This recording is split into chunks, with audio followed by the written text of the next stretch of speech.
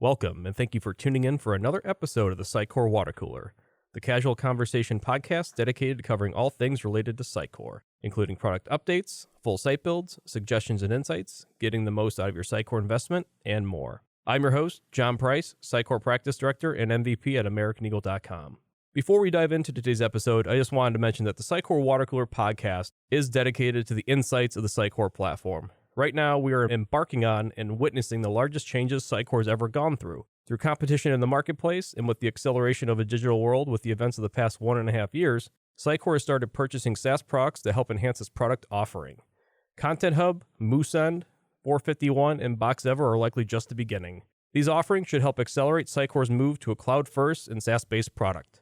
However, I think the one question on everyone's mind is, will Sitecore continue to go the way of setting themselves up as and to remain as an extremely flexible and scalable framework? I am very excited for today's episode specifically, as I am joined at the water cooler today by Brian Plant from Sitecore. I've had the pleasure of working with Brian during his tenure at Sitecore for the past few years. Brian, welcome to the show. Thanks, Jonathan. Appreciate you inviting me to be here.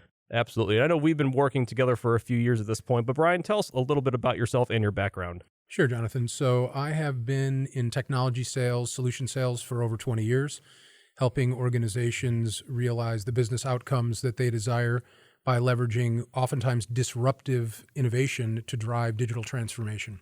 So started in the broadcast realm, where I helped organizations like broadcasters and advertising agencies move from tape-based workflows to digital workflows. That led into the need for more storage, as my customers had stacks of hard drives and knew not where to find their content. That led to digital asset management, and then into the MarTech world when I went to Salesforce and spent 3 years in the marketing cloud practice for enterprise accounts. That led to the Sitecore experience, no pun intended.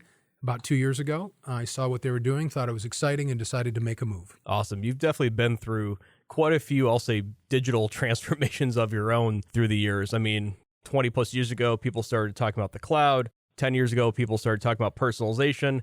And I definitely think the last 1.5 years are going to be accelerating this kind of next change, which we're going to be talking a lot about today. But, Brian, the listeners, or the vast majority of the listeners today, should already be familiar with Sitecore. But for this audience, in your own words, what is Sitecore and what is the product's value proposition? Thanks, Jonathan. So Sitecore is a CMS, right? That's the phrase that we've used for years to describe the technology, content management system. But as everybody who's probably listening to this knows, there's been a lot of change in what a CMS means to people and what it constitutes. And in fact, Gartner stopped doing a CMS Magic Quadrant about 2 years ago and moved just to the DXP. So we consider ourselves a digital experience platform, and we are working from 20 years worth of experience helping organizations get their arms around their content. How do they store it? How do they manage it? How do they present it? Originally, it was just about the website and a computer. And as you well know, over time, the amount of channels that we can push content to has expanded exponentially. Sitecore is global. We are proven and we are trusted. We have a large ecosystem, which includes amazing partners like American Eagle that help us get the message out, help us get organizations to understand what the benefit is of adopting our technology. Yeah, and my experience with Sitecore only dates back about 8-9 years at this point. But I mean, as you mentioned, Sitecore's been around for about 20 years. I think 10 plus years ago, I was really thought about being the leader in that CMS space you're describing, sharing content, not just amongst a website, but an ecosystem of websites. I think that was one of the main aspects and selling points of Sitecore. We'll just say 4, 5, 6 years ago, really started getting into things like implicit, explicit personalization, where the industry was going. But now you guys are really going into this other webosphere of kind of big data, B2B commerce, and marketing automation, which is kind of leading me to our real first topic of today. I'm sure everyone's been seeing in the news that's familiar with the DXP space, that Sitecore has made a flourish of purchases over the last couple months.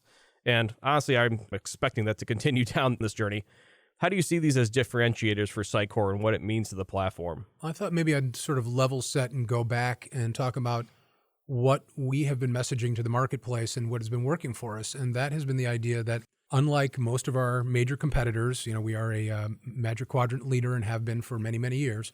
We have grown some of these capabilities that you've been talking about organically. So personalization, we wrote our own personalization engine. A/B and multivariate testing, we wrote our own A/B and multivariate testing module. marketing automation. We created our own. Our competition started about 10 years ago by doing what I like to call the Pac-Man method, where they went along and they ate up companies that gave them that capability. And oftentimes they were eating up some of the best in class at that time with that functionality. So we differentiate ourselves by saying, listen, you buy our package and you're going to get these capabilities out of the box. What does that mean? It means more simplicity, less complexity. If I'm going to be integrating the system, just standing it up on its own, that's one thing. But now I'm tying it into other systems. We're an API first platform. And for over 15 years, we've been helping organizations achieve those outcomes that they desired. So what's changed is the world around us. What we're seeing is that those folks that went ahead and did the Pac-Man method are now sitting with a lot of technical debt. The technology that they purchased is long in the tooth, was never designed to be in the cloud. You have literally root code that is totally incompatible, and you're trying to find ways to bolt it together. So it's that Frankenstack, as we jokingly say, that has emerged. And really that equates to being what we commonly refer to as that monolithic MarTech stack, or that monolithic digital experience platform play. So Sitecore as an organization saw when, we were headed down one path and I wasn't quite sure what that was, but then the pandemic hit and the total addressable market for things like commerce and things like digital experience platforms went from being a goal line of 2023 to being more like 2025.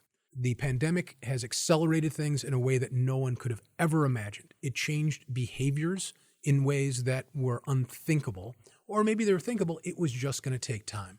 Sitecore and the owners of the organization made a bold decision to bring on a new leadership team, to drive a huge investment in the organization. Some of you may have seen the idea that we were able to invest $1.2 billion into Sitecore at the beginning of this year. And we've used that money to do three things. First is to expand our footprint. So we're opening offices all over the world. To be clear, the sun never set on Sitecore, but now we're going to have offices all around the world. Secondly, we're adding headcount. Just saw an email today that by the 1st of July today, we will have gone from 1,200 employees to 2,000 employees in 6 months, which is no small feat. I don't know if any of you have ever dealt with onboarding people, but onboarding 600 people is huge. Big part of that, customer success. We are really driving customer success. We had a legacy of creating beautiful technology and then using our partners to help us sell that technology, but then the partner was responsible for it the rest of the way. We acquired a company called Hedgehog about 5 years ago, which gave us some professional services in-house, not in a way that would compete with our partners, but in a way that would complement and augment when needed be, right? So as we look at this transformation, it is about the idea of moving from monolithic to what we're calling, and it's not we're calling, it's kind of an industry standard thing now, and that is composable digital experience platforms. So we have made 4 acquisitions if we go all the way out.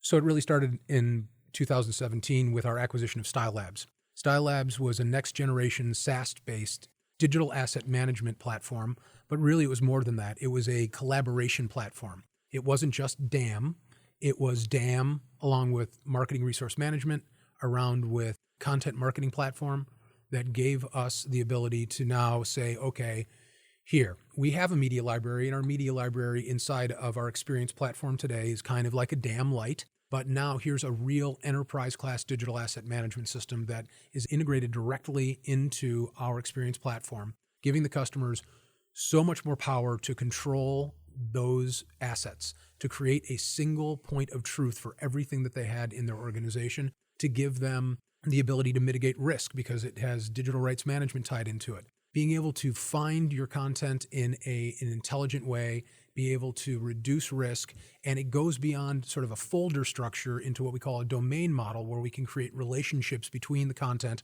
So if you're a bank and you've got a paragraph of information about a loan or maybe an insurance product, and the feds change that language, you can push one button and it can propagate across every asset that includes that language. The lift on that normally would be pretty immense. Giving organizations the ability to automate that way was a huge win. So we started driving our idea of seeing that SaaS was going to be important to us. when we purchased Style Labs. Then we jump ahead to 2020, 2021. We have the big investment. And over the last 6 months, 5 months, we've acquired 3 companies. We acquired Boxever, which is a CDP company. We acquired 451 and their Order Cloud. That is a mock-based B2B commerce play.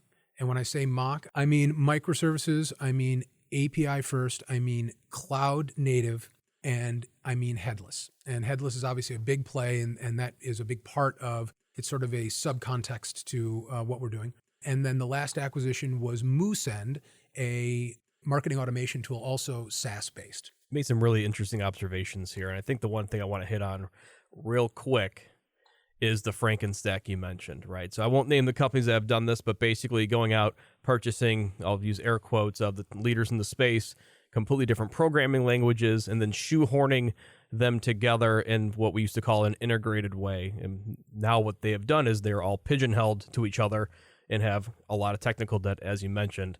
It's interesting hearing as you speak here. So Sitecore is strategically going out, purchasing things strategically, and then they're basically, I'll say, loosely decoupled, but then can be tied together with, I'll say, these microservices and this API-first approach. So definitely, I'd say you guys are one of the only ones that have done this at this point and not kind of in that pigeon-held state. But if we were going to quickly summarize what Sitecore has done, beyond the differentiator, what competitive advantages do you believe Sitecore has at this point with this new tech stack direction? Well, first of all, we're really just starting to get a feel for it here. We just finished our fiscal 21 yesterday, and I'm proud to report that it was a very, very good year for the organization on so many fronts. But on the sales front, on the idea that we won some very, very big named customers who chose us over some of the more obvious providers. There are those companies that, quote unquote, you can't get fired if you buy X. And we were able to beat them, on the ground, showing the organizations why we were a better solution. And that was with our existing technology stack. When you look at the future, you look at, and organizations are going to be changing the way that they look at how they acquire technology and what outcomes they expect from technology. So when I talked a little bit about that mock-based product that we have from 451 called Order Cloud, that is all about the idea that you don't have to worry about the back end, first of all. So we're going to take care of that. It's truly SaaS. But then on the front end, you have the flexibility to present that content in any way you desire, using any language you desire for any use case you desire. It is unbelievably powerful. I talked earlier about how we have today in the XP platform these native capabilities, and I mentioned personalization and A/B testing. The reality is that Boxever is a CDP, and I'm sure many of you in the audience are familiar with content data platforms. It's the larger idea of having a system of record to tie together all of the touch points that I've had with a customer across any channel and sewing that back together again to create a truly 360-degree view. And I know that that's kind of an overused phrase, the 360 view, but CDPs are essential to that. And what I see is a future where we're going to be able to decouple these capabilities from the platform. And this is the idea of composable digital experience platform. So today I have very powerful personalization that which you, Jonathan, have personally installed and seen work for organizations and drive KPIs that are very important to them, right? The experience is everything. The expectation around the experience grows every day. Generationally speaking, 25% of the US population is going to retire in the next 5 years, or I should say of retirement age, or they're going to retire. The people that will replace them will have a totally different expectation as to what channel they want to communicate with you on. And you as an organization better be ready for it. You're used to, as a manufacturer, maybe having a big catalog that sits in the shop and people with greasy fingers go through it and find the part they want, and then they pick up the phone and they call you. Yes, that was the way it was done for a long time. Yes, it feels like that is a solid business plan, but it's not. You need to have a solid strategy for how you're going to handle this generational change in the way that your customer wants to interact with your brand. A couple of things I want to highlight there, Brian. Great points. I think, though, one of the biggest, I'll just be blatantly honest here, one of the biggest downsides of Sitecore in the past is having a front-end framework being too coupled to the back-end framework. And with the SaaS-based headless solution where you have an agnostic front-end solution, it gives you guys a lot of agility where if an organization uses a front-end framework such as React today, and 5 years from now React is on its way out and there's something new, that organization doesn't have to completely do an upgrade, doesn't have to re-platform. They have all their back-end structure in place, and now all they're doing is ripping and replacing the front-end aspects. I think that's huge. It really is a huge advantage over your competitors. It makes you agile, and it also is going the way of these other platforms like Contentful, Jamstack that don't have the back-end platform. You have the front-end agility to compete against them, which is fantastic. With the CDP, let's take a step back here. What we're looking at doing, to your point, is really defining the back end and the front end, defining what the developers and the architects are going to be responsible for. And once again, once we get into a SaaS, how much is architecture going to be a part of it, but, not discounting that, but really knowing where the developers are and giving them ultimate freedom to, sing in the language they desire, right? To create those beautiful experiences that we can drive the outcomes and move the KPIs that our customers really want to see moved. So when as I was saying earlier, we've got personalization and A/B testing, but our CDP, Boxever, has much more powerful versions of that. So what do I see? I see a decoupling where we're going to start to offer products. And this is, by the way, complete conjecture on my part. Let me just, say that upfront. We as an organization are going to be rolling out all of this go-to-market and next-generation messaging in the next 2 weeks. What you're hearing from me is my opinion. I think it's relatively solid in it directionally, but as far as specifics, I don't have any, just to be clear there. But the idea that we're going to be able to offer a stack that can be agile, that can fit exactly what you needed to do, that can reduce overhead, that can reduce the amount of resources that you need to create the best possible experiences. Before I jump to our next topic here, I just want to highlight one thing you said is one aspect where I think is going to greatly expand the Sitecore community is, again, this open framework of additional programming languages and front-end technologies that are going to be a bit agnostic to the platform. So it's going to be much easier for organizations to adapt to Sitecore, which is great to see. But we've talked a lot about what the platform has to offer. I'm interested in something a little bit specific. So do you have a specific use case where a client of yours leverages Sitecore particularly well? Yeah, well, I've lots of them, but I've got a university client, and that university client is used to having a very simple CMS and kind of low expectation for what a CMS should do for the organization. And over a 2-year period, we've been able to get them to really take the crawl, walk, run approach. We know that it takes people, process, and technology to have success, but we started small with them. And we chose one of the schools in the university, a very important school in the university, to roll out the Sitecore platform, to add that personalization, to give the marketers tools that they'd never have had before to try to drive more of the acceptance of that brand, if you will. And in the end, for an educator, it's about attracting the best possible student to your organization, because that just, goes to the larger, it feeds on itself. You've got the best students, you've got the best curriculum, you've got the best graduates that go into society and contribute to society, have great jobs, right? So they started looking at their digital experience differently. And then what's happened is that we've now had 3 other schools in the university roll onto the platform. That idea that Sitecore is a truly multi-tenant platform. They bought one subscription license and hosted it in our Sitecore Managed Cloud, which is Azure-based. And then they slowly started rolling on other schools. And we're moving towards getting to the main university site. And that is something that they're excited about doing. And then now it's all about, okay, Content Hub is something that we know that we have to purchase. So let's talk about that. There isn't a lot of a commerce play in this particular example, but it is an example of an organization that really needed to take it slow and at their own pace and drive towards the successful outcomes that they have been able to actually achieve and realize. That's a really good point, especially for the listeners here, right? Especially if an organization isn't on Sitecore now, you don't have to go all in, all up front. You can do an MVP type approach where, hey, let's onboard one of our product units. And this reminds me of a client that we share, Brian, a large CPG company that has 80 sites on Sitecore, has been at it for 10 years. They use Sitecore to basically onboard new business units and new business ventures. And they gradually do it, right? Show some success in one area, gradually onboard it in another. And the nice thing is with your new acquisitions here, right, they're experienced platform users. Now, if they're looking for a digital asset management solution, they can simply add that onto their stack, use it for Sitecore, or use it for one of their other platforms that they might be using internally. So I think that's a huge advantage of the approach you have gone, and now even a legacy client or a new client doesn't have to use all of them all at once. They can gradually onboard themselves, which I think is a huge advantage. You mentioned a little bit earlier about how the demographics have been changing and just really the acceleration as well has changed in the past 1.5 years. I couldn't agree more. Specifically talking, what are you seeing as some of the new use cases organizations are coming to Sitecore with?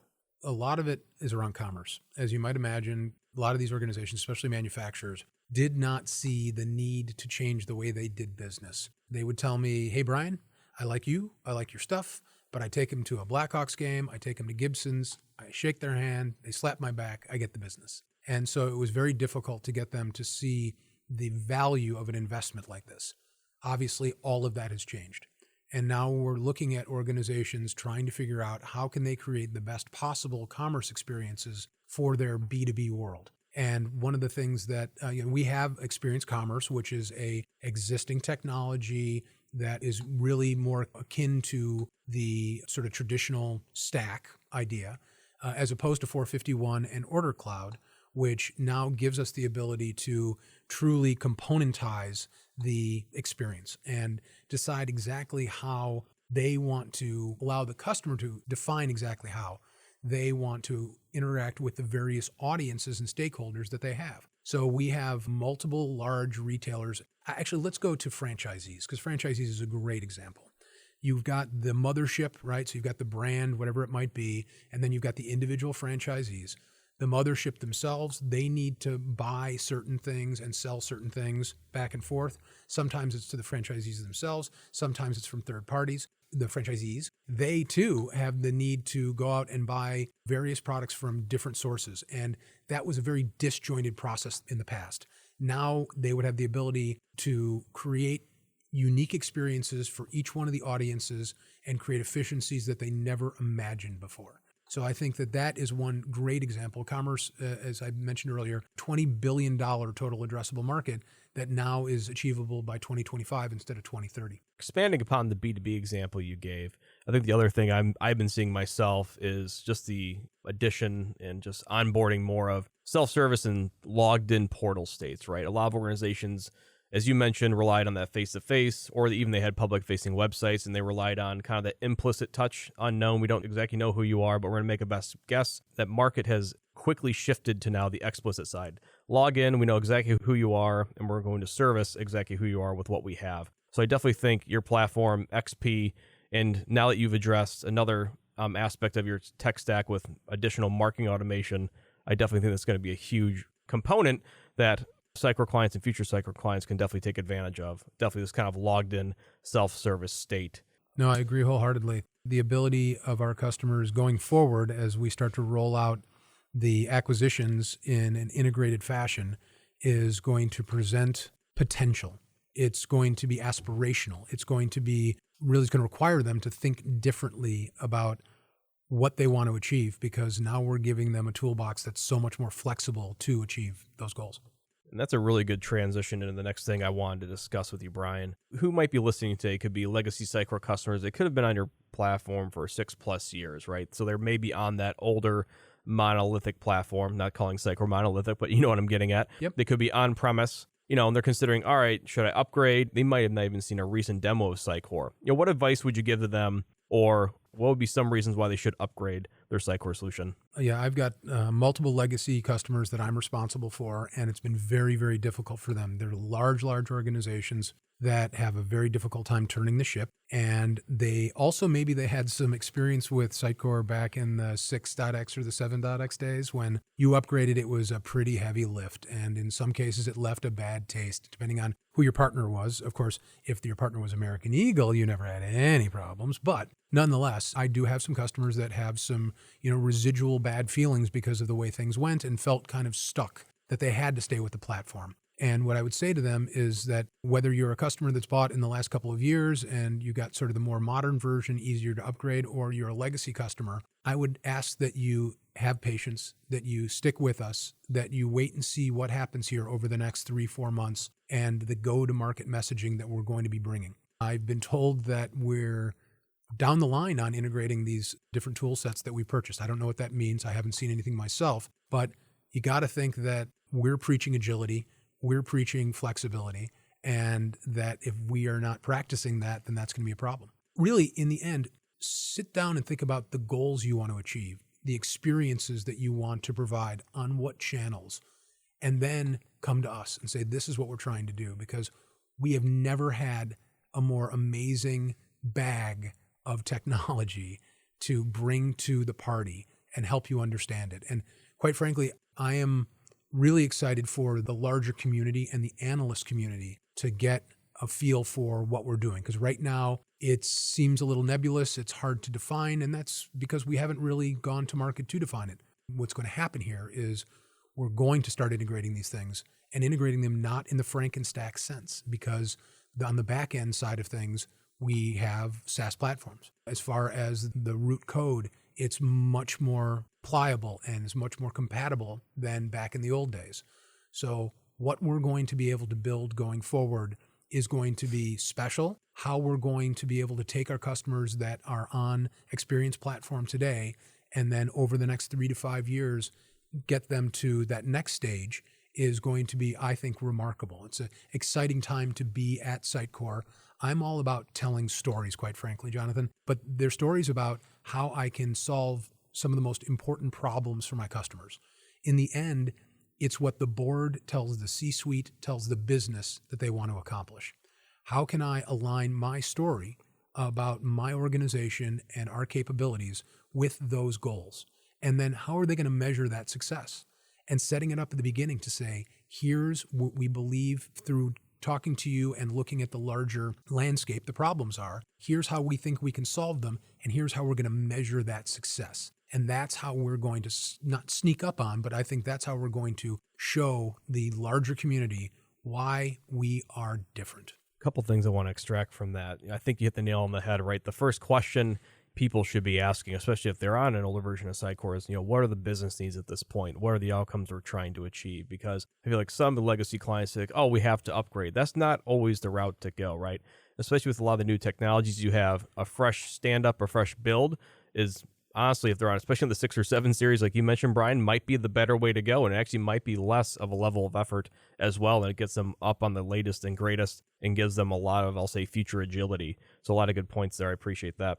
To wrap up today, Brian, you've shared a lot of great information on where the platform is and where you're likely heading. Is there anything else you can share about Sitecore's next steps heading into the rest of 2021 and your next fiscal? Sure. I'm going to go back to this concept of composable DXP strategy. I was doing some research on this. This is a mantra of our new CEO, Steve Tsakis. I always have a tough time pronouncing his last name, but Steve T. Just let's go with Steve T.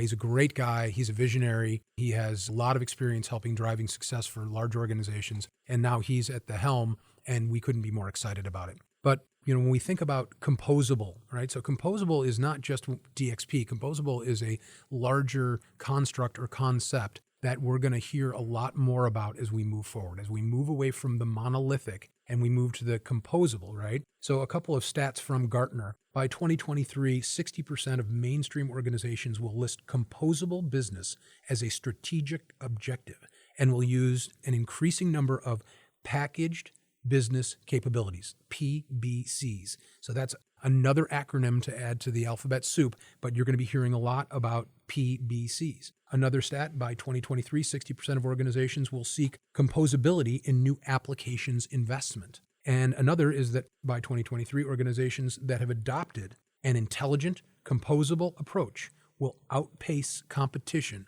by 80% in the speed of new feature implementation. This is really groundbreaking stuff. This is a paradigm shift, as they like to say, in how organizations will approach applications, how they approach software. Software is unbelievably powerful, but software oftentimes fails. And you get a lot of people that get some value out of it, but then they're trying to weigh, how about, what's good and what's bad? And is the ratio enough for me to keep on moving forward? So if you use that as a foundational argument for where we're going and why we should be going this way, by buying these tools and integrating them into our tool set, modifying what had been a 20-year-old code base to be part of a larger, modern, composable, SaaS-based technology stack, That really is the future of Sitecore. And we couldn't be any more excited about what the future will bring. It's definitely very interesting watching some of your competitors and other major players in just the digital space over the past, I'll say 2 to 4 years, just going through, I'll say, an acquisition frenzy. And Sitecore has kind of, stayed put, held their ground, stuck to what they were great at. And now you guys are in a position to not having jumped out too far ahead. You're now in a position to be in that composable stack, which is extremely interesting. So definitely, I'll say, a large advantage for you guys to be agile in the future. Brian, great conversation today. We covered a lot of very exciting topics. I, for one, am extremely excited to see how the platform grows and adapts this next year in particular. I greatly appreciate your time today, and thanks for swinging by the Sitecore water cooler to discuss your experiences. We hope to have you on again soon. Thanks, JP. Really appreciate it. Thanks again to Brian Plant from Sitecore for joining us today on the Sitecore Water Cooler Podcast, a casual conversation between colleagues and peers centered around all things Sitecore. I'm your host, John Price, and until the next time we meet at the water cooler, be sure to subscribe to the Sitecore Water Cooler Podcast today, wherever you find your podcasts. This episode is brought to you by AmericanEagle.com Studios, with special thanks to executive producers Renee Nelson and Julia Klepich.